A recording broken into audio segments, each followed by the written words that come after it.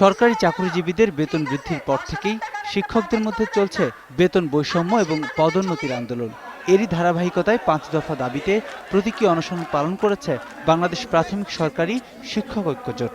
এ সময় তারা প্রধান শিক্ষকের এক ধাপ নিচে সহকারী শিক্ষকদের বেতন নির্ধারণ ও অষ্টম জাতীয় বেতন স্কেল ২০১৫ টাইম স্কেল বহাল রাখার দাবি জানান।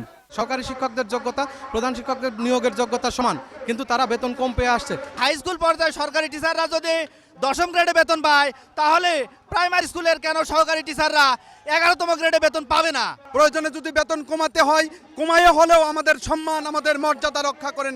ক্লাসরুম ছেড়ে রাস্তায় নামলেও শিক্ষার্থীদের দিকে নজর রাখার কথা ভোলেননি তারা। আমরা শিক্ষকরা এটা কখনোই চাই না আমাদের শিক্ষার্থীরা আমাদের মাধ্যমে ক্ষতিগ্রস্ত হোক। আমরা চাই না আমাদের প্রধান শিক্ষকদের সাথে আমাদের বেতন বৈষম্য। সরকারকে সময় বেঁধে দিব নির্ধারিত, আমরা ১ ডিসেম্বর পর্যন্ত। এরপর এর ভিতরে আমাদের দাবি মানা না হইলে আমরা বিভাগীয় পর্যায়ে সমাবেশ, আমরা কালো কাপড় বেঁধে পরীক্ষা নিব। শিক্ষকদের এই আন্দোলনে সংহতি জানিয়ে দ্রুত সমাধানের প্রত্যাশা করেন ঢাকা বিশ্ববিদ্যালয়ের উপাচার্য।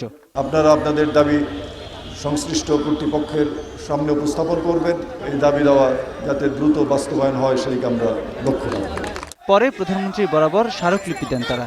এদিকে একই দাবিতে জাতীয় প্রেস ক্লাবের সামনে মানববন্ধন করেছে বাংলাদেশ প্রাথমিক শিক্ষক সমিতি। ৩০শে নভেম্বরের মধ্যে পদক্ষেপ না নিলে ডিসেম্বর থেকে কঠোর কর্মসূচির হুঁশিয়ারি দেন তারা। প্রণব চক্রবর্তী, ২১শে টেলিভিশন, ঢাকা।